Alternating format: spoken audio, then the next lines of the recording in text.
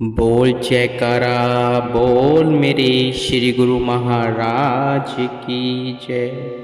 सौभाग्यशाली गुरुमुखो, न्यूयॉर्क में प्रेमी जन श्री प्रभु जी के शुभ आगमन की बाट निहार रहे थे। जैसे ही वे सुखद घड़ियां समीप आई तो उनके हृदय में अनूठी खुशी का संचार होने लगा। महाप्रभु जी की कार आश्रम में पहुंची तो खुशियों की थिरकती धुन आत्म उल्लास भरने लगी। चाहों और मंगल ही मंगल का साम्राज्य था। आश्रम पूरी तरह से बनकर तैयार हो चुका था। इस विशाल आश्रम को देख आप अति प्रसन्न हुए, क्योंकि श्री परमहंसों के वचन और श्री मौज साकार रूप ले रहे थे। श्री परमहंस अद्वैत मत का गौरव आन मान शान से ऊंचाइयों को छू रहा था। श्री चरणों में संगत को बिठाकर पावन वचन फरमाए। सात समुद्र पार हम यहाँ आपको नाम की दौलत से मालामाल करने आए हैं। नाम का जाप करने से जन्म मरण के चक्र कट जाते हैं। इस एक वचन ने ही सब प्रेमियों को मंत्र मुक्त कर दिया। प्रेम मस्ती में झूमते हुए प्रेमी श्री प्रभु जी का लाखों लाख शुक्राना करने लगे। सबने गुरु महिमा के भजन बोले। इसके बाद आपने सारे आश्रम का निरीक्षण किया। जहाँ जो कमी थी उसे पूरा करवाया और अगले दिन शुभ मुहूर्त की खुशखबरी सुनाई। खुशी खुशी श्री आज्ञा को श्रोधार्य कर सभी प्रेमी सारी रात मुहूर्त की तैयारियों में जुट रहे थे और मंदिर को झिलमिल करती लाइटों से खूब सजा दिया। बड़े बड़े फानूस लगाए, जिनकी आभा कोटि सूर्य संप्रकाश दे रही थी। 24 सितंबर दिन शनिवार को प्रातः 7 बजे श्री प्रभु जी ने कृपा करके श्री परमहंसों की दिव्य प्रतिभाओं को कर कमलों से श्री सिंहासन पर विराजमान किया। हार वह पीताम्बर पहना कर केसर तिलक लगाया। इसी मध्य प्रेमी जन श्री सद्गुरुदेव महाराज जी महिमा के भजन गाते रहे और श्री आरती पूजा का कार्यक्रम बड़ी धूमधाम से संपन्न हुआ। जिस प्रकार डॉक्टर रोगी के रोग को पहचान कर उसे दवा देता है, उस दवा के सेवन से रोगी रोग मुक्त होकर फिर से नया जीवन पाता है। उसी प्रकार सद्गुरु जीवों की दयनीय अवस्था को देखकर अपने वचनों की औषधि प्रदान करते हैं। सन 1995 में यात्रा करुणावेश हृदयेश परम स्नेही श्री परमहंस सद्गुरु दाता दयाल जी ने श्री प्रयाग धाम में 2 जून श्री बादशाही जी की स्मृति दिवस पर पर्व मनाया। इसके पश्चात शीघ्र ही विदेश यात्रा का प्रोग्राम बनाया। आप श्री प्रयाग धाम से मुंबई चंबूर आश्रम में पधारे। यहाँ आई हुई समस्त संगत ने श्री दर्शन की अनुपम छटा को निरख कर अपने हृदय में अपार आनंद की अनुभूति की। मौसम अत्यधिक गर्म होने की परवाह न करते हुए आपने मुंबई एयरपोर्ट से 8 जून को पूर्व देशों हांगकांग, मनीला और बैंकॉक की ओर प्रस्थान किया। सर्वप्रथम जब विमान हांगकांग पहुंचा तो प्रेमियों के दिलों में खुशियों का सागर हिलोरे लेने लगा। समस्त संगत श्री आनंदपुर के सम्राट श्री सद्गुरु दाता दयाल जी के अलौकिक प्रेम में मतवाली हो प्रभु मिलन के भजन गा रही थी।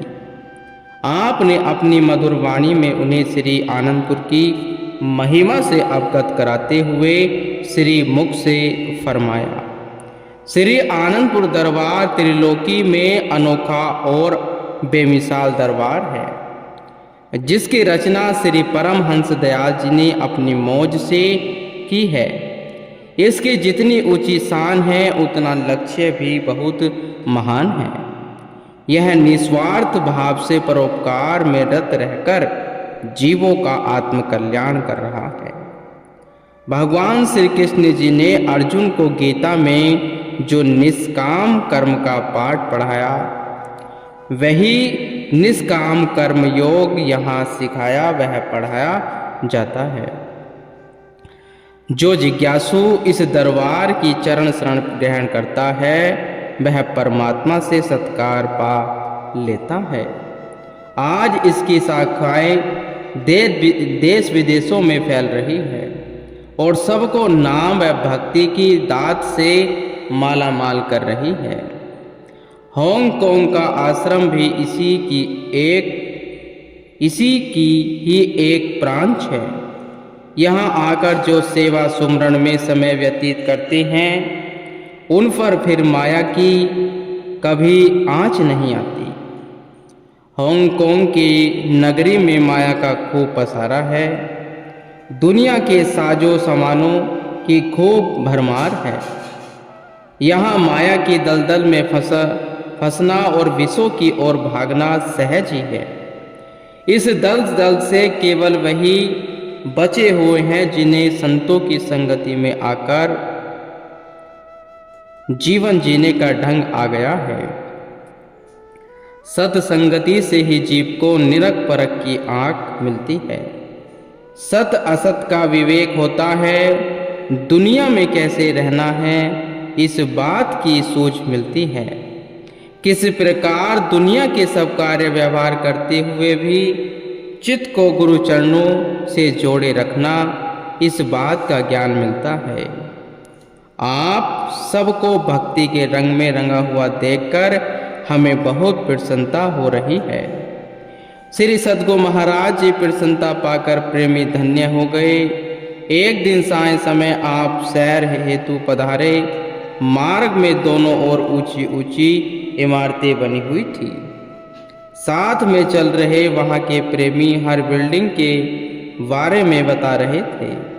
आपने उन्हें असत पदार्थों की क्षणभंगुरता का बोध करवाते हुए फरमाया, संसार के सारे वैभव श्री आनंदपुर दरबार की रचना के आगे तुच्छ है।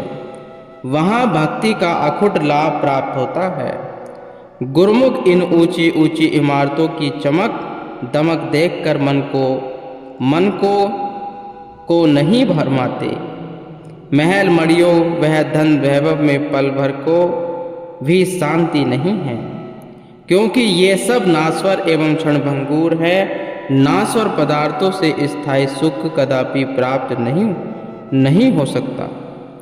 जो वस्तु स्वयं नाशवान है वह सच्चा सुख प्रदान भी कैसे कर सकती है।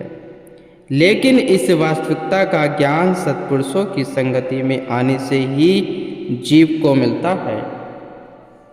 इस प्रकार ही वचनों की ज्ञान गंगा में सबको डुबकी लगाते हुए आप वापस आश्रम लौट आए। रात को सत्संग का कार्यक्रम था। सत्संग लाभ प्राप्त करने हेतु संगतों से होल खचाखच भरा पड़ा था। उन्हें संबोधित करते हुए श्री वचनों में फरमान हुआ, जीव इस दुनिया में किस लिए आया है। दुनिया का हर प्राणी अपनी समझ में होशियार है और हर वस्तु की कीमत की जानकारी रखता है। चांदी सोने से भी मूल्यवान हीरे रतन होते हैं, लेकिन संतों की दृष्टि में ये सब तुच्छ हैं। उनकी दृष्टि में मनुष्य जन्म को कीमत सर्वश्रेष्ठ है, जो देवी देवताओं को भी अति दुर्लभ है। एक एक अंग जो कुदरत ने प्रदान किए हैं वह अति मूल्यवान है और करोड़ों रुपए खर्च करके भी वैसा अंग नहीं बनाया जा सकता। इससे कौन सा काम लिया जाना चाहिए इसका आम जीव को बिल्कुल भी ज्ञान नहीं है। वह इसे केवल खाने पीने और सोने में ही व्यर्थ गवा रहा है। सो तनु धरे हरि भजे ने जे नर, हो ही विषे रत मंद मंद नर, कांच किरचे बदले ते लोही, करते डारी परस मनि देही। श्री रामचरितमानस में आया है, इस दुर्लभ तन को पाकर जो प्रभु का सुमरन नहीं करते और विषयों में जीवन को व्यर्थ गवा देते हैं, तो समझो वे हाथ में आई हुई भक्ति रूपी अमूल्य पारस मणि के बदले कांच के टुकड़े एकत्र कर लेते हैं। भाग्यों से जब सत्पुरुषों की संगति मिलती है तो जीव को यह समझ आती है कि इस दुर्लभ शरीर से दुर्लभ भक्ति कमानी है। जिसके हृदय में प्रभु का सच्चा नाम बस जाता है, उसी का जीवन सफल होता है। सत्पुरुष इस जगत में केवल जीव कल्याण हेतु ही आते हैं और परमार्थ की विशाल रचना रचाकर माया में भूले हुए जीवों को सत पर दर्शाते हैं। उन्हें आवागमन के चक्र से छुड़ाकर भव से पार लगाते हैं। हांगकांग के प्रेमियों की अनमोल रहमतें बकस कर उन्हें भक्ति के धन से माला माल कर दिया। भक्ति आभार प्रकट करते हुए श्री चरणों में नतमस्तक हो गए। जकार्ता से कुछ प्रेमी यहाँ दर्शन हेतु आए हुए थे। वे मन ही मन श्री प्रभु जी के साथ मनीला जाने की सोचने लगे। अंतर्यामी प्रभु जी ने उनके दिल की जानते हुए उन्हें मलिना साथ चलने की स्वीकृति प्रदान की। दिल में अपार खुशी को अनुभव करते हुए वे आपकी जय जयकार करने लगे। मनीला 1.5 घंटे की उड़ान भर विमान मनीला शहर में पहुंच गया। 4 साल के बाद श्री प्रभु जी का दिव्य दर्शन पाकर सबके हृदय रोमांचित हो उठे। संगत आकर श्री दर्शन सत्संग वह श्री आरती पूजा का लाभ उठाने लगे। अपनी मीठी वाणी में अमृत बरसाते हुए आपने फरमाया, मनुष्य जन्म सब योनियों में श्रेष्ठ वह उत्तम है। देवी देवता भी इस तन को पाने के लिए याचना करते हैं, ललायित रहते हैं। यह प्रभु परमात्मा से मिलने के लिए एक सीढ़ी है। जैसे कहा भी है, नर तन सम नाही कवनेहु देहि, जीव चराचर जायत तेहि, नरक स्वर्ग अपवर्ग निसेनी, ज्ञान विराग भक्ति शुभ दिंदेनी। श्री रामचरितमानस में आया है, मनुष्य देही के समान कोई दे नहीं है। संसार के सभी जीव चर और अचर इसी शरीर को पाने की अभिलाषा करते हैं। मनुष्य तन वही सीढ़ी है जिससे जीव चाहे तो स्वर्ग पहुंच सकता है, और यदि नरकों की ओर जाना चाहे तो वह वहां पहुंच जाएगा। ऐसा कोई लोक नहीं है जहां इसकी पहुंच न हो। यदि चाहे तो बैकुंठ धाम की सैर भी कर सकता है और ज्ञान और वैराग्य का सहारा लेते हुए गुरु भक्ति पथ पर चलता हुआ आगमन से छुटकारा पाकर परमात्मा में एकाकार हो सकता है। इंसानी तन को पाकर यदि ऐसे इजरत में समय को खर्च कर दिया तो निश्चय ही नरकों की ओर जाना पड़ेगा। ऐसा ग्रंथों में वर्णन आया है। अगर शुभ कर्मों में मन को लगाता है तो इसे स्वर्ग की प्राप्ति हो सकती है, परंतु पुण्य क्षीण हो जाने पर इसे पुण्य मृत्यु लोक में आना पड़ेगा। लेकिन जो जीव निष्काम भाव से प्रभु को भासता है वही बैकुंठ धाम में वापस बास पाता है और बैकुंठवासी भगवान के चरणों में समा जाता है। इंसान का मुख्य लक्ष्य केवल प्रभु की भक्ति करना है। भक्ति करने से ही भगवान मिलते हैं। हर इंसान की यह इच्छा होती है कि उसे जीवन में सुख मिले। वह यत्न भी सब सुख को पाने के हेतु करता है, फिर भी उसे दुख ही मिलता है। सुख वह दुख क्यों मिलते हैं, यह भी समझने की बात है। यह समझ और ज्ञान जीव को संतों की संगति में आकर मिलती है। जीव अपने विचारों और सोच से ही दुख वह सुख का अनुभव करता है। जैसे कहा भी है, एक सोच सुख रास है, एक सोच दुख रास, एक सोच बंधन कटे, एक सोच गल फांस। विचार ही जीव को मोह माया में भरमाते हैं और विचार ही इसे भगवान से मिलाते हैं। विचारों की अपनी बुनियाद होती है, जिसकी शुरुआत संगति से होती है। संगति से ही विचारों की धारा में परिवर्तन हो जाता है। संगति से जीव को ब्रह्म भी बन सकती है। इसलिए संत कहते हैं, सत्संग में अपना बहुत जरूरी है, आना बहुत जरूरी है। सत्संग में आने से ही माया वाले विचार भक्ति में परिवर्तित हो जाते हैं। कर्मों की रेखा बदल जाती है। निष्काम कर्म करने से जीव के मन पर भक्ति का रंग चढ़ने लगता है और जो नित्य प्रति भक्ति के नियमों की पालना करता है, उसके सब भय और शोक दूर हो जाते हैं और वह शाश्वत आनंद की प्राप्ति कर लेता है। सब संगत ने श्री वचन अमृत रस पान कर आनंद मग्न हो शुक्राना के गीत गाए। उनके अंतर मन में भक्ति का दीप प्रदीप्त कर आपने उन्हें श्री आनंदपुर आने की आज्ञा फरमाई। एक दिन साय समय भ्रमण हेतु आप कार में विराजमान हो रहे थे। 8 साल के एक बच्चे ने विनय की कि मेरे पिताजी हर रोज आपकी कार चलाते हैं, मेरा दिल चाहता है कि मैं भी आपकी कार चलाऊं। आपने मुस्कुराते हुए उसे आज्ञा प्रदान की तो उसने सचमुच कार स्टार्ट करके आगे बढ़ा दी। सब उसके भाग्यों की सराहना करने लगे। मनीला में रहने वाले गुरमुखों पर प्रेम का अमृत रस छिटकाकर उन्हें सच्चे प्रेम में निमग्न करके आपने बैंकांग की तैयारी की। 3 घंटों की उड़ान में ही जहाज ने सबको बैंकांग में पहुंचा दिया। श्री दर्शन की झलक पाते ही एयरपोर्ट पर स्वर्गार्थ आए हुए गुरुमुख जन आनंद विभोर हो जयकारे बुलाने लगे।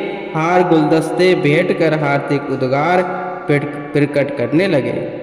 जब कार आश्रम पर पहुंची तो चाहो और खुशियां ही खुशियां छा गई। रौनक बहारे आ गई। ढोल नगारे बजाते हुए भक्तों ने अभिनंदन के गीत गाए।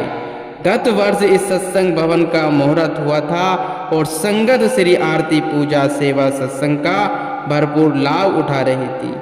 आप उनकी भक्ति में बढ़ती हुई रुचि को देखकर अति प्रसन्न हुए। उन्हें गुरु भक्ति में और भी सुदृढ़ करने के लिए श्री वचन फरमाए। जिसके हृदय में भक्ति बस जाती है, उसका हृदय शुद्ध वह निर्मल हो जाता है। भक्तिवान मनुष्य परम शांति और आनंद का पुंज बन जाता है। इस जहान में भक्ति ही सार और भक्ति ही सुख की खान है। भक्ति से ही सुख सागर भगवान की प्राप्ति होती है। जिसके हृदय में प्रभु की भक्ति नहीं, प्रभु का नाम नहीं, वे भाग्यहीन ही जग में ऐसे हैं जैसे सुअर और स्वान। एक भक्ति भगवन जिन्हें प्राणी के नाही मानी, जैसे सूकर स्वान नानक मानो ताहि तनु। गुरुवाणी में संत सदगुरु सदैव यह फरमाते हैं, गुरु भक्ति ही जीव का असली काम है। भक्तिवान जीव ही आगे दरगाह में सम्मान पाता है। भक्ति अमोलक दात है, मिलती पूरे सदगुरु पास। पा लेता जो नियम निभाता, धर श्रद्धा विश्वास। श्री दरबार के 5 नियमों की भक्ति का स्रोत है। जो नित्य नियम से इनकी पालना करता है, उसे सच्ची ओट प्रदान कर सुख स्वरूप बना देते हैं और यह जीव मालिक की प्रसन्नता को प्राप्त कर लेता है। पावन वचन अमृत का पान करके संगत निहाल हो गई। अब आपने भारत की ओर प्रस्थान चलने की तैयारी की। गुरुमुख।